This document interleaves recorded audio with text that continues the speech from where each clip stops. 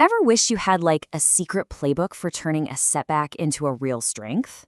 Well, today we're basically unlocking one.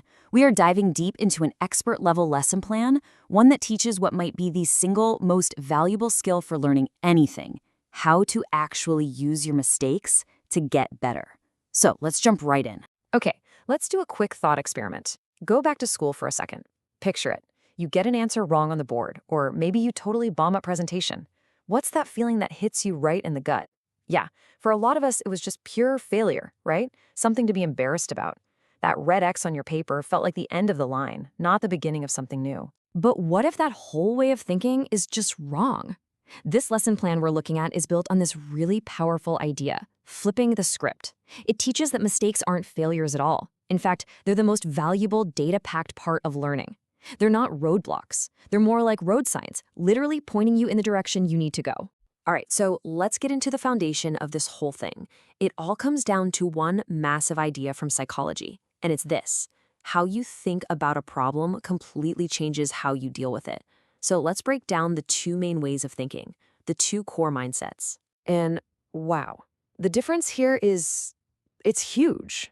On one side, you've got the fixed mindset. This is the belief that your abilities are just fixed. They're set in stone. So when you make a mistake, it's not just something you did. It feels like a judgment on who you are. But on the other side, you've got the growth mindset. This is the idea that you can grow, you can develop your abilities, and with this mindset, a mistake isn't a final verdict, it's just data. It's a clue that tells you exactly what to work on next. You know, a really great teacher, they know how to take a big abstract idea and make it real. And this lesson, it does this so well using analogies. It gets students thinking about their brain like a muscle. The more you use it, the stronger it gets. Or picture learning like you're hacking a path through a dense forest. It's super hard at first, right? But every time you walk that path, it gets clearer and easier. These aren't just cute little sayings. They are powerful mental models that make the whole idea of growth something you can actually feel. Okay, so if a growth mindset is where we want to end up, how do we actually get there? Well, the key skill, the actual tool this lesson teaches, is something called reframing. It's basically the conscious act of catching that first negative fixed mindset thought and then actively changing it into something more positive, something that helps you move forward. This is the engine that drives the whole change. So, how do you actually teach a kid to do this? Well, the lesson is smart. It doesn't just throw them into the deep end. Nope, it starts with a really simple, super relatable situation so they can practice and build some confidence first. So we meet this character, Jamie, who's giving a science presentation and just completely fumbles it. A few classmates laugh, and Jamie is, of course, super embarrassed. And honestly, this is just brilliant teaching. Why? Because it's a low-stakes scenario that pretty much everyone can relate to. It lets the students practice this new skill of reframing without getting bogged down by a really complicated problem. And check out the first move the teacher makes here. They don't ask, okay, so what should Jamie do about it? The first question is, what do you think Jamie is feeling right now? This is so important. Before you can get your logical brain to work on changing a thought, you first have to just admit and acknowledge the feeling. That emotional awareness, that's step one. Always. Next up, the lesson gives students this worksheet. And it's a brilliant tool because it helps them get those swirling internal thoughts out of their head and onto paper. When you write down a thought like, ugh, I'm so stupid, or I mess everything up, you can suddenly look at it from a distance, almost like it's not your thought. And that little bit of separation is what gives you the power to actually analyze it and decide to change it. And this right here, this is the after picture.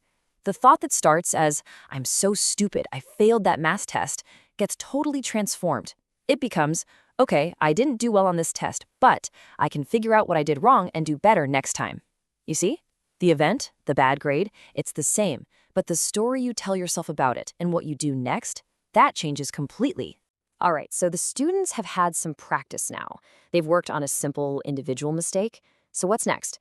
The lesson intentionally cranks up the difficulty. We're moving from one person's simple stumble to a much more tangled, complicated failure that involves a whole group of people. Just look at this progression. On one side, we have Jamie's little stumble. On the other, a full-blown failed group project. This is a classic teaching technique called scaffolding. You're building the knowledge up, layer by layer. You make sure the students have got the easy stuff down pat before you ask them to handle something way more complex. I mean, this is what expert teaching looks like. And this second scenario is, Well, it's painfully real, isn't it? Alex didn't do the research, Jordan's visuals are all wrong, Taylor procrastinated on the writing.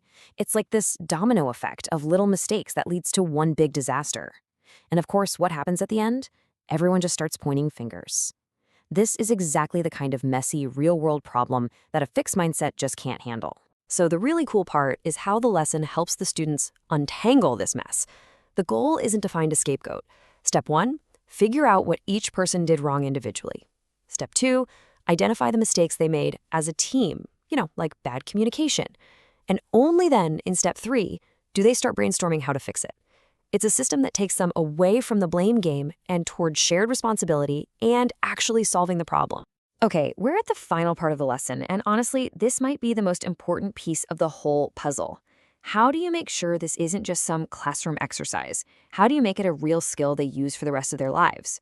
Well, you have to make it personal. The whole thing wraps up with what's called a final reflection. Students are asked to think about a real setback they've had in their own life. Could be anything: school, sports, a fight with a friend. Then they write a letter to themselves about it using all the reframing tools they just learned. This is that magic moment.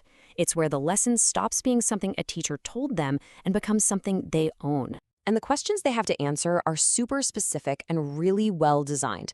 First, what happened and how did it make you feel? You got to validate the emotion. Then, what did you learn from this? Next, how are you going to use this to get stronger? And the last one is the real kicker. What advice would you give to a friend in the same situation? That's the ultimate test to see if you really get it. So when you zoom out and look at all the pieces together, you start with understanding the mindsets. Then you practice reframing your thoughts. You analyze messy group failures, and then you apply it to your own life. You realize this isn't really a lesson plan about mistakes. It's a blueprint. It's a masterclass in how to build resilience. And that is one of the most important things you need for, well, pretty much anything in life. So I want to leave you with a little challenge. Think about something in your own life right now. Could be big, could be small. What's one of those fixed mindset thoughts you have attached to it? Got it? Okay. Now, what would happen if you put on your growth mindset goggles and try to reframe it, to turn it into a step forward? Go on. The process starts right now.